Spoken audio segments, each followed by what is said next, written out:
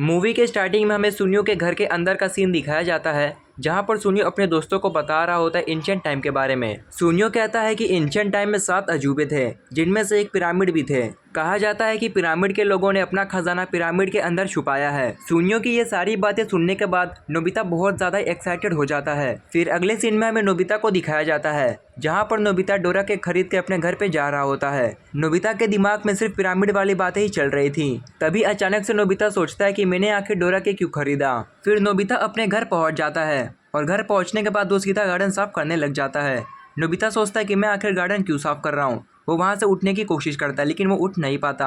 तभी वहाँ पर डोरेमोन आ जाता है और नोबिता के लाए हुए डोरा के खाने लग जाता है। फिर नोबिता पूरा गार्डन साफ कर देता है और थका हुआ अपने रूम में आता है और कहता है कि ये सब मेरे साथ क्या हो रहा है। तभी डोरेमोन फ्यूचर बुक नाम का एक गैजेट निकालता है और वो कहता है कि ये सारी चीज़ें इसी बुक की वजह से हो रही हैं। इस बुक के अंदर तुम जो भी लिखोगे वो सच हो जाएगा। और मैंने इस बुक के अंदर ये लिखा है कि आज नोबिता मेरे लिए डोरा केक लाएगा और गार्डन भी साफ करेगा। ये सारी बातें जानने के बाद नोबिता बहुत ज़्यादा ही गुस्सा करता है डोरेमोन पे। उसके बाद नोबिता इजिप्ट के पिरामिड के बारे में बताता है डोरेमोन को, और वो डोरेमोन को वहाँ पर चलने के लिए कहता है, लेकिन डोरेमोन मना कर देता है और कहता है कि पहले तुम अपना होमवर्क करो। नोबिता फ्यूचर बुक गैजेट की मदद से अपना होमवर्क कंप्लीट कर लेता है। उसके बाद डोरेमोन एनीवे डोर निकालता है और वो लोग पहुंच जाते हैं इजिप्ट। नोबिता उन तीनों पिरामिड को देखकर बहुत ज़्यादा खुश हो जाता है, लेकिन वहां पर कई सारे लोग आए हुए रहते हैं। इसीलिए डोरेमोन और नोबिता पिरामिड के पीछे चले जाते हैं और वहां पर कोई भी नहीं रहता। डोरेमोन अपना डिटेक्टर मशीन गैजेट बाहर निकालता है ताकि वो खजाने को ढूंढ सके। डोरेमोन डिटेक्टर मशीन को जैसे ही ऑन करता है, वो वैसे ही खजाने का सिग्नल देना चालू कर देता है। डोरेमोन इसे देखकर बहुत ज़्यादा ही शौक में आ जाता है। उसके बाद डोरेमोन अपना सॉइल एक्सट्रैक्शन नाम का गैजेट निकालता है ताकि वो देख सके कि ज़मीन के नीचे आखिर है क्या। वो लोग देखते हैं कि ज़मीन के नीचे एक किला है और इसे देखकर डोरेमोन कहता है कि ये तो एक बहुत बड़ी खोज है, और नोबिता ये सुनकर बहुत ज़्यादा ही खुश हो जाता है। फिर नोबिता डोरेमोन को ग्राउंड डिगर से ज़मीन खोदने को कहता है, लेकिन डोरेमोन मना कर देता है और वो कहता है कि हम अपना काम आर्कियोलॉजिस्ट की तरह करेंगे। लेकिन ऐसे उनका काम काफ़ी धीरे होता है और धूप काफ़ी ज़्यादा तेज़ थी, इसीलिए नोबिता बहुत जल्दी थक जाता है। फिर नोबिता को एक आइडिया आता है और वो कहता है कि क्यों ना हम उस समय में जाकर खजाना ढूंढें जिस समय ये किला बना था। डोरेमोन को नोबिता का आइडिया काफ़ी अच्छा लगता है, इसीलिए वो लोग टाइम बेल्ट की मदद से पीछे चले जाते हैं और वहाँ पर पहुँचने के बाद उन लोगों को वो किला भी मिल जाता है। फिर वो लोग पासिंग थ्रू रिंग की मदद से किले के अंदर चले जाते हैं। उस किले के दीवारों पर कई सारे इजिप्टियन पेंटिंग्स बनी थी और उन्हें देखकर नोबिता और डोरेमोन बहुत ज़्यादा हैरान हो जाते हैं। थोड़ा आगे चलने के बाद डोरेमोन अपना लिविंग लाइट गैजेट निकालता है और वहाँ की एक पेंटिंग को जिंदा कर देता है और उससे वो लोग खजाने का रास्ता पूछते हैं। वो पेंटिंग एक दीवार की तरफ ग्रीन लाइट छोड़ती है। उसके बाद डोरेमोन उसे वापस एक पेंटिंग में तब्दील कर देता है। उसके बाद वो दोनों पासिंग थ्रू रिंग की मदद से दीवार के अंदर चले जाते हैं। अंदर आने के बाद उन्हें बहुत बड़ा सा बक्सा दिखता है, लेकिन तभी उन दोनों की नज़र एक दरवाजे पे पड़ती है और वो लोग जब उस दरवाजे के अंदर जाते हैं तो उन्हें वहाँ पर बहुत सारे खजाने दिखते हैं और उन खजाने को देखकर नोबिता और डोरेमोन बहुत ज़्यादा खुश हो जाते हैं। उसके बाद वो दोनों थोड़ा अंदर जाते हैं। तभी उन लोगों को किसी की आवाज़ आती है और वो लोग देखते हैं कि वहाँ पर एक हाथ रहता है और उस हाथ को देखकर वो दोनों बहुत ज़्यादा डर जाते हैं। और इसी बीच डोरेमोन का फ्यूचर बुक गैजेट नोबिता के जेब में से बाहर निकल जाता है। फिर उन लोगों को समझ में आता है कि वहाँ पर एक इजिप्टियन बच्चा रहता है जो कि असल में बेहोश हुआ रहता है। उसके बाद वो दोनों उसके पास जाते हैं। नोबिता को उसके पास से गोल्डन बैच मिलता है और उसको अपने जेब में रख लेता है। उसके बाद डोरेमोन और नोबिता उस बच्चे को अपने साथ लेकर चले जाते हैं। फिर सीन शिफ्ट होता है 3 आदमियों की तरफ, जहाँ पर वो लोग उसी किले में जा रहे होते हैं और वो लोग एक खुफिया रास्ते से उस खजाने वाले कमरे में पहुँचते हैं। और वहाँ पर पहुँच जाने के बाद वो लोग उसी इजिप्टियन बच्चे को ढूंढते हैं, लेकिन जब उन्हें वो नहीं मिलता तो वो लोग वहाँ से चले जाते हैं। लेकिन तभी उनमें से एक की नज़र उस फ्यूचर बुक पे पड़ती है और वो उसे अपने साथ लेकर चले जाता है और वो फ्यूचर बुक अपने लीडर को दे देता है, जिसका नाम वेरू हिडू रहता है, और वो वेरू हिडू उस बच्चे को मार देने का हुक्म देता है। फिर सीन शिफ्ट होता है नोबिता के घर की तरफ, जहाँ पर वो तीनों सो रहे होते हैं। लेकिन तभी वो बच्चा जाग जाता है और अपना गोल्डन बैच उठाता है और नोबिता और डोरेमोन के ऊपर हमला कर देता है, लेकिन कमज़ोरी की वजह से वो वहाँ पर गिर जाता है। फिर डोरेमोन उसे ट्रांसलेशन टूल देता है खाने के लिए, ताकि वो उसकी भाषा समझ पाए। वो दोनों देखते हैं कि वो बहुत ज़्यादा भूखा रहता है, इसीलिए डोरेमोन और नोबिता खाने के लिए उसे कड़ी चावल देते हैं। खाना खाने के बाद वो उन दोनों को शुक्रिया कहता है और वो ये भी बताता है कि वो इजिप्ट का प्रिंस है, नेमुसेंसू, और मेरे पिताजी के जाने के बाद मैं वहाँ का राजा बनने वाला था, लेकिन वेरू हिडू मुझे मार कर खुद राजा बनना चाहता है। लेकिन तभी वहाँ पर नोबिता की मॉम आ जाती हैं और नेमुसेंसू को देख के हैरान हो जाती हैं। नेमुत्सेंसु उन्हें इजिप्टियन गॉड समझने लगता है, इसीलिए उनके सामने झुक जाता है। उसके बाद नोबिता की मॉम हंसते हुए वहाँ से चली जाती हैं। फिर नेमुत्सेंसु डोरेमोन और नोबिता से मदद मांगता है।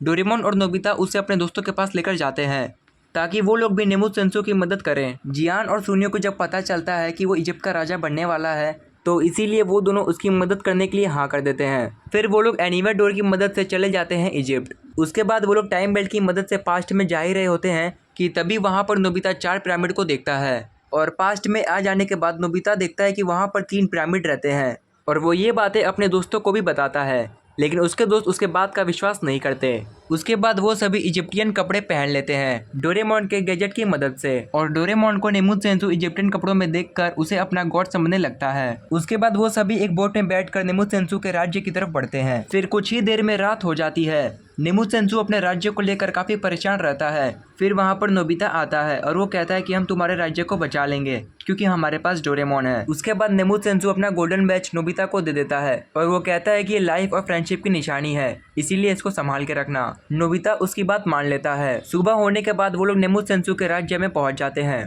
थोड़ी ही दूर चलने के बाद वो लोग देखते हैं कि कई सारे लोग राज्य महल की तरफ जा रहे होते हैं। उनके साथ वो लोग भी चले जाते हैं। फिर सीन शिफ्ट होता है राजमहल की तरफ, जहाँ पर कई सारे लोग आए हुए रहते हैं। उसके बाद वहाँ पर डोरेमोन और उसके दोस्त भी आ जाते हैं। फिर वहाँ पर वेरू एडू आता है और वो कहता है कि अब मैं तुम्हारा नया राजा हूँ क्योंकि नेमुत्सेंसु अब नहीं रहा। और वहाँ के लोगों को विश्वास दिलाने के लिए वो वहाँ पर बारिश करवाता है और फिर वो वापस से सूरज निकाल देता है और ये चीज़ देखने के बाद वहाँ के लोग उसे अपना राजा मानने लग जाते हैं। फिर सीन शिफ्ट होता है नेमुत्सेंसु की तरफ, जहाँ पर वो अपने दोस्तों को बता रहा होता है कि हमें पहले राजकुमारी को बचाना होगा जिसे वेरू एडू ने अपने महल में कैद कर रखा है। तभी उन लोगों के दिमाग में एक आइडिया आता है कर्तव्य वालों को देखकर और फिर जियान, सुनियो और शिजुका कर्तव्य दिखाने वाले बनकर महल में चले जाते हैं और वो तीनों अपने साथ 3 टोकरी भी लाए हुए रहते हैं और उन तीनों टोकरी में डोरेमोन, नोबिता और नेमुत्सेंसु रहते हैं। इस तरह से वो लोग राजमहल के अंदर घुस जाते हैं। वहाँ पर पहुँचने के बाद जियान, सुनियो और शिजुका अपना कर्तव्य दिखाते हैं वेरू एडू को और उनके कर्तव्य को देखकर वेरू एडू बहुत ज़्यादा शौक में आ जाता है। और इसी बीच डोरेमोन, नोबिता और नेमुत्सेंसु टोकरी से बाहर निकलते हैं और राजकुमारी के कमरे की तरफ चले जाते हैं, लेकिन सामने ही उन्हें 2 पहरेदार दिखते हैं। डोरेमोन उनके सामने इजिप्टियन गॉड बनकर जाता है, लेकिन वो दोनों उसे नीला रैकून कह देते हैं। इसीलिए डोरेमोन वहां से रोते हुए भाग जाता है नोबिता के पास और वो दोनों पहरेदार भी उसका पीछा करते करते वहां पर आ जाते हैं। तभी नोबिता डोरेमोन के एक गैजेट की मदद से अपनी मॉम को वहां पर लाता है और वो दोनों नोबिता की मॉम को इजिप्टियन गॉड समझते हैं, इसीलिए उनके सामने झुक जाते हैं। फिर नोबिता अपनी मॉम को वापस से उनके घर भेज देता है और उसके बाद वो लोग राजकुमारी के कमरे की तरफ चले जाते हैं और थोड़ी ही देर में वहां पर पहुंच जाते हैं। राजकुमारी नेमुत्सेंसु को देखकर बहुत ज़्यादा खुश हो जाती हैं और वो बताती हैं कि वेरू एडू एक और पिरामिड बना रहा है जो कि 4th पिरामिड है। तभी नोबिता को याद आ जाता है कि उसने अपने टाइम पे 4th पिरामिड को देखा था और फिर डोरेमोन टाइम टीवी में चेक करता है और सच में वहाँ पर 4th पिरामिड बना हुआ रहता है। ये चीज़ देखने के बाद डोरेमोन कहता है कि यानी कि हिस्ट्री चेंज हो चुकी है और ये सारी बातें वेरू एडू का एक जासूस सुन लेता है और वेरू एडू को बता देता है। वेरू एडू जियान, सुनियो और शिजुका को पकड़ लेता है और फिर वो राजकुमारी के कमरे में भी आ जाता है और अपने पहरेदारों को उनको पकड़ने का हुक्म देता है, लेकिन डोरेमोन और नोबिता डोरेमोन के गैजेट की मदद से उन्हें हरा देते हैं। लेकिन अचानक से राजकुमारी को कुछ हो जाता है और वो वेरू एडू के साथ हो जाती हैं। उसके बाद वेरू एडू उन्हें फ्यूचर बुक गैजेट दिखाता है और कहता है कि जब तक ये बुक मेरे पास है तब तक तुम मेरा कुछ भी नहीं बिगाड़ सकते। डोरेमोन और नोबिता फ्यूचर बुक को वेरू एडू के हाथ में देखकर बहुत ज्यादा शौक में आ जाते हैं। उसके बाद वेरू एडू उन तीनों को भी पकड़ लेता है और डोरेमोन को छोड़ के उन सभी को एक ही कमरे में बंद कर देता है। नोबिता कहता है नेमुत्सेंसु को कि फिक्र मत करो, डोरेमोन हमें कैसे भी करके बचा लेगा। उसके बाद उन सभी को बोट से कहीं लेकर जाते हैं। असल में उन सभी को 4th पिरामिड के पास लेकर जा रहे होते हैं। बोट से बाहर निकलने के बाद जब वो सभी 4th पिरामिड को देखते हैं तो वो सभी बहुत ज़्यादा हैरान हो जाते हैं क्योंकि कल तक तो ये पिरामिड यहाँ पर नहीं था, तो आज फिर कैसे अचानक से बन गया। फिर वो सभी नोबिता और उसके दोस्तों को 4th पिरामिड के अंदर लेकर जाते हैं। पिरामिड के अंदर जाने के बाद उन सभी को डोरेमोन रस्सी से बंधा हुआ दिखता है। डोरेमोन बताता है कि ये 4th पिरामिड मैंने ही बनाया है क्योंकि वेरू एडू ने मुझे फ्यूचर बुक से कंट्रोल किया और एक दिन में ये पिरामिड बनवा दिया और डोरेमोन इस चीज़ के लिए माफ़ी भी मांगता है। तभी वहाँ पर वेरू एडू आ जाता है और नेमुत्सेंसु को लटका देता है पानी के ऊपर। पानी के अंदर कई सारे मगरमच्छ रहते हैं जो कि नेमुत्सेंसु को खाने की कोशिश करते हैं। फिर वेरू एडू राजकुमारी को रस्सी काटने का हुक्म देता है। तभी वहाँ पर जियान आग की मदद से अपनी रस्सी जला लेता है और वो आज़ाद हो जाता है। उसके बाद जियान अपनी बीन बजाता है जिसकी वजह से वो जादुई रस्सी वेरू के आदमी को जोर से मारती है और उसी वक्त राजकुमारी भी रस्सी काट देती है और नेमुसेंसु सीधा मगरमच्छ के मुंह में गिरने वाला रहता है। लेकिन तभी जियान जादुई रस्सी की मदद से नेमुसेंसु को काफी ऊपर उछाल लेता है और नेमुसेंसु सीधा जाके वेरू के ऊपर गिर जाता है और इसी दौरान वेरू के हाथ से फ्यूचर बुक गिर जाता है। तभी नोबिता एयर कैनन की मदद से फ्यूचर बुक को आग के अंदर गिरा देता है और फ्यूचर बुक पूरी तरह से जल जाती है और उसकी पावर भी खत्म हो जाती है। और ये सब देखकर वेरू को बहुत ज्यादा गुस्सा आता है, इसीलिए वो नेमुसेंसु को जान से मारने की कोशिश करता है। लेकिन तभी डोरेमोन लिविंग लाइट गैजेट की मदद से वहाँ की एक पेंटिंग को जिंदा कर देता है और वो पेंटिंग वेरू को पकड़ लेती है। असल में वो पेंटिंग नेमुसेंसु के डैड की होती है। उसके बाद डोरेमोन वापस से नेमुसेंसु के डैड को पेंटिंग में बदल देता है और उनके साथ वेरू भी पेंटिंग में बदल जाता है। फिर सभी लोग फोर्थ पिरामिड से बाहर आ जाते हैं। डोरेमोन अपने गैजेट की मदद से फोर्थ पिरामिड को पूरी तरह से डिस्ट्रॉय कर देता है और उसके बाद नेमुसेंसु को उसके राज्य का राजा बना दिया जाता है। फिर डोरेमोन और उसके सभी दोस्त नेमुसेंसु को गुड बाय कहते हैं और वहाँ से चले जाते हैं। उसके बाद वो सभी अपने वक्त पे आ जाते हैं और सभी लोग अपने घर पे लौट जाते हैं। तभी नोबिता को याद आता है कि फ्यूचर बुक अब नहीं है, इसका मतलब उसे वापस से होमवर्क करना पड़ेगा और यहीं पर मूवी खत्म हो जाती है। सो आई होप गाइस कि आप लोगों को ये वीडियो अच्छी लगी होगी। अगर ये वीडियो अच्छी लगी है तो प्लीज़ इस वीडियो को लाइक कर देना और चैनल पर पहली बार हैं तो प्लीज़ चैनल को सब्सक्राइब करके बेल आइकन को ऑल पे सेट जरूर से कर देना। तो चलिए गाइस, मैं मिलता हूँ आप सभी से किसी और नए वीडियो में।